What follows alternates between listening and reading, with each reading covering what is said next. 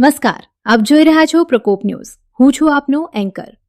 આજે ગાંધીનગરના રામકથા મેદાનમાં ગુજરાત ક્ષત્રિય ઠાકોર સેના દ્વારા યોજાનાર મહાસંમેલનને લઈ સમસ્ત ગુજરાતમાંથી ઠાકોર સમાજમાં ભારે ઉત્સાહ જોવા મળી રહ્યો છે.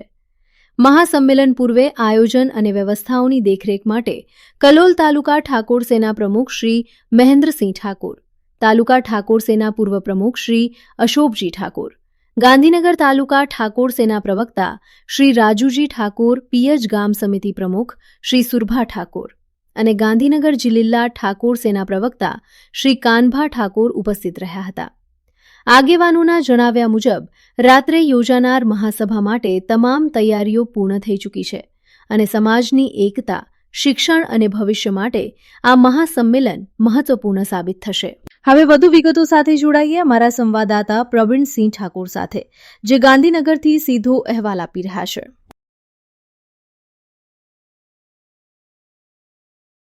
વિશાળ ઠાકોરોનું અહીંયા મોટું સંમેલન થવા જઈ રહ્યું છે. તો અહીંયા તમને બતાવીશ કલોલની જે ઠાકોર સેના છે, ઠાકોર સેનાને હું પૂછવા માંગીશ. અહીંયા સુરભા ઠાકોર છે. સુરભા ઠાકોર એટલે ગુજરાતનો ગોલ્ડમેન કહેવાય છે.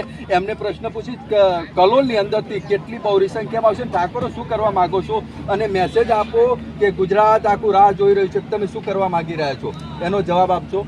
હું સુરભા ઠાકોર, ગુજરાત ક્ષત્રિય ઠાકોર સેના પિયજ ગામ સમિતિ પ્રમુખ, ગુજરાત ક્ષત્રિય ઠાકોર સેના પ્રદેશ પ્રમુખ શ્રી માનનીય અલ્પેશજી ઠાકોર સાહેબના અધ્યક્ષસ્થાને આજે રાત્રે 3 વાગે જે મહાસભા સાથે સવારે 7 વાગે જે આપણા સરસ્વતી ધામનું ભવ્ય ભૂમિપૂજન થવા જઈ રહ્યું છે, તો હું મારા કલોલ તાલુકા વતી તમામને આગેવાનો, યુવાન મિત્રો, દોસ્તો, માતાઓ, બહેનો તમામ મોટી સંખ્યામાં પધારા એવી બધાને વિનંતી.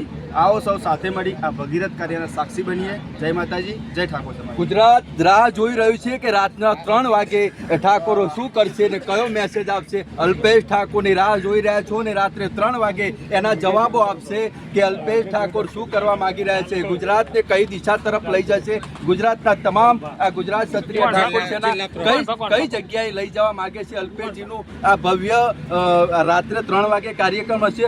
અલ્પેશ ઠાકોરના જવાબ માટે અને જાણવા માટે કે સમાજને કઈ દિશા તરફ લઈ જશે અલ્પેશ ઠાકોર. રાત્રે 3 વાગે તમે બધા જાગ્યા રહેજો, હું પણ જાગવાનો છું. રાત્રે 3 વાગ્યાથી સવારે 7 વાગ્યા સુધી સંપૂર્ણ માહિતી બતાવશે આ ઠાકોર મીડિયા શેર. અને થોડી જ વારમાં અમારા કોનભા ઠાકોર પણ કોનભાને પૂછીશ કે સમાજને કઈ તરફ લઈ જવાનો અને વિકાસની વાતો રાત્રે 3 વાગે કરવાના છે. અલ્પેશ ઠાકોર શું મેસેજ આપવાના છે એ અમને જણાવો.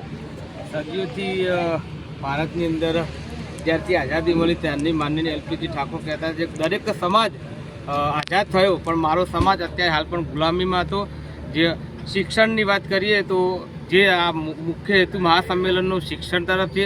સરસ્વતી ધામનું કાલે સવારે ભૂમિપૂજન થવાનું છે. ડંકાની ચોટ ઉપર ભૂમિપૂજન કરીશું ને આ મહાસંમેલન સર્વ સમાજ લોક જાગીને બોલી રહ્યો છે, એક જ અવાજ સાથે બોલી રહ્યો છે. અને હું પણ બોલી રહ્યો છું. રાત્રે 3 વાગે બતાવીશ અલ્પેશ ઠાકોરને 3 વાગે કયા જવાબો આપશે. રાત્રે 3 વાગે તમે જાગો, હું પણ જાગી રહ્યો છું.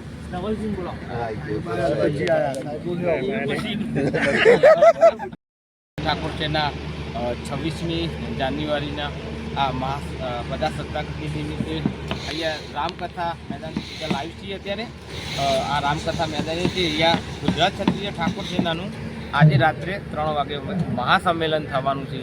એના ભાગરૂપે પ્રકોપનું જે મારા જોડે આવ્યા હતા, તો આભાર વ્યક્ત કરું પહેલાં ડીંગુજાથી રજવાડી ઠાકોર સાહેબ અને પ્રદેશના મીડિયા સેલ એવા રાહુલસિંહ રાઠોડ સાહેબનો આભાર વ્યક્ત કરું. તમે મને અહીંયા બોલવાનો મોકો આપ્યો. પહેલાં તો વાત કરીશ 26મી જાન્યુઆરી મહાસંમેલનની. આ મહાસંમેલન રાત્રે 3 વાગે ઇતિહાસની અંદર ક્ષત્રિય ઠાકોર સેનાએ પહેલી વખત રાત્રે 3 વાગે મહાસંમેલનનું આયોજન કરેલ છે. તો ગુજરાતના તમામે તમામ ઠાકોર સમાજના ભાઈઓ, બહેનો, માતાઓ, રાજકીય, ધાર્મિક વિવિધ સંગઠનના વડાઓને હું કોનભા ઠાકોર ગાંધીનગર જિલ્લા પ્રવક્તા તરીકે ગાંધીનગર જિલ્લા પરિવાર વતીથી સર્વને આવકારું છું. આવો આપ સાથે મળીને એક નવા શિક્ષિત સમાજનું નિર્માણ કરીએ. 27 તારીખે કાલે સવારે ઉગતા પોરે સવારે 7 વાગે ઠાકોર સમાજની બહેનો દ્વારા 25,000 બહેનો દ્વારા ભૂમિપૂજનનું આ સરસ્વતી ધામનું ખાતમુહૂર્ત છે.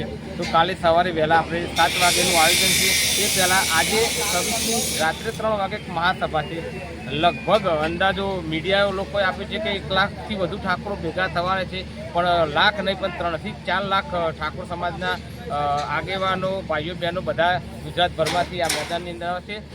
અંદાજો એવો લગાવી રાખવામાં આવે છે બનાસકાંઠા, વાવ, થરાદ, બાપર, પાટણ, અમદાવાદ, પાવાગઢમાંથી પણ લગભગ મહેસાણા તરફથી ગાડીઓ નીકળી ગઈ છે. અત્યારે બધા ઠાકોર સેનાના જે વ્યક્તિઓ છે, જે સૈનિકો છે, બધાએ તનતોડ મહેનત કરી રહ્યા છે અને આ સંમેલનને સફળ બનાવવા જઈ રહ્યા છે. તો આવો આપ સાથે મળીને ક્ષત્રિય ઠાકોર સેનાના હાથ વધુ મજબૂત કરીએ, માનનીય અલ્પેશજીના હાથ વધુ મજબૂત કરીએ અને નવા શિક્ષિત સમાજનું નિર્માણ કરીએ અને સરસ્વતી ધામનું મુહૂર્ત કરીએ.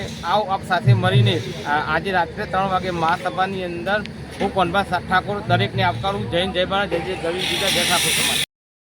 આજે ગાંધીનગર ખાતે આ રામકથા મેદાનની અંદર અભ્યુદયના બેનર નેજા હેઠળ અલ્પેશજી ઠાકોરની આગેવાનીમાં ઠાકોર સમાજનો એક ઇતિહાસમાં ન જાણી હોય એવો કાર્યક્રમ થવા માટે જઈ રહ્યો છે. અત્યારથી બનાસકાંઠા અને અન્ય જિલ્લાઓમાંથી પણ મેસેજ આવી રહ્યા છે કે અમે બહુ મોટી સંખ્યાની અંદર ગાંધીનગર પહોંચી રહ્યા. તો એક ઠાકોર સમાજ માટે આ ક્રાંતિકારી દિવસ કહેવાય. એ દિવસ આજે થઈ જવા જોઈએ. આજે તમે જોઈ રહ્યા છો કે 3 વાગે મહાસંમેલન સાથે સવારે ભૂમિપૂજન સરસ્વતી ધામનું થશે અને બહુ મોટી સંખ્યાની અંદર સમાજ અહીંયા આવતો દેખાય છે. તો આપ સૌને પણ વિનંતી કે આપ પણ આ કાર્યક્રમમાં પધારો અને એના ભૂતોના ભવિષ્યથી જેવા કાર્યક્રમના આપ પણ સાક્ષી બનો. હસ્તું જય માતા. નમસ્કાર, આપ જોઈ રહ્યા છો પ્રકોપ ન્યૂઝ. હું છું આપનો એન્કર. છત્તીસગઢના દામાખેડામાંથી એક ઐતિહાસિક અને ભક્તિભાવસભર સમાચાર સામે આવ્યા છે, જ્યાં શ્રી કબીર પંથના મહાન પરંપરાગત ધાર્મિક સમારોહનું ભવ્ય આયોજન કરવામાં આવ્યું.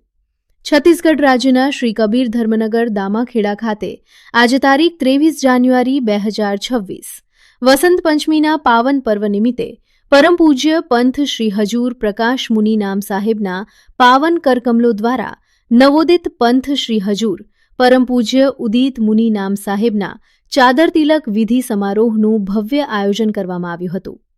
આ સમારોહ માઘ મેળાના પાવન અવસરે યોજાયો હતો, જેમાં દેશના વિવિધ પ્રાંતોમાંથી સંતો, મહંતો, હંસજનો અને ભક્તોની મોટી સંખ્યામાં ઉપસ્થિતિ રહી હતી. સમગ્ર વાતાવરણ ભક્તિ, ઉત્સાહ અને આધ્યાત્મિક ઉલ્લાસથી છલકાઈ ઉઠ્યો હતો.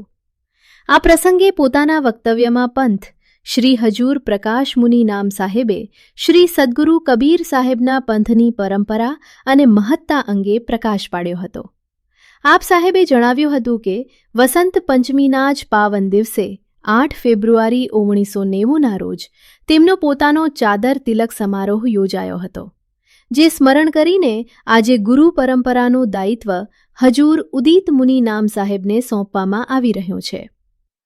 શ્રી કબીર સાહેબની કૃપાથી ધની ધર્મદાસ સાહેબ અને આમીન માતા સાહેબના વંશ પરંપરામાંથી આવતી આ ગાદી 1570થી ચાલતી, એટલે કે 512 વર્ષ જૂની પરંપરાના 16મા વંશજ તરીકે હવે હજૂર ઉદિત મુનિ નામ સાહેબ માનવ સમાજની સેવા અને ભક્તજનોના કલ્યાણ માટે સંભાળશે. આ સમારોહ દરમિયાન તેમના સહસંવાહકનો પણ ચાદર તિલક વિધિ સંપન્ન થયો હતો. સમારોહમાં ઉપસ્થિત સંતો, મહંતો અને ભક્તજનો દ્વારા નવોદિત પંથ શ્રી હજૂર ઉદિત મુનિ નામ સાહેબને હર્ષોલ્લાસ સાથે વધાવી લેવાયા હતા. સમગ્ર કાર્યક્રમ ભક્તિભાવ અને પરંપરાગત સંસ્કૃતિનું ઉત્તમ ઉદાહરણ બન્યો હતો. છોટાઉદેપુરથી નટવરભાઈ નટુભાઈ પરમાર સાથે હું છું પ્રકોપ ન્યૂઝ. વધુ સમાચાર અને અપડેટ્સ માટે પ્રકોપ ન્યૂઝને સબસ્ક્રાઇબ કરો. હું ફરી મળીશ નવા સમાચાર સાથે. ત્યાં સુધી ધન્યવાદ.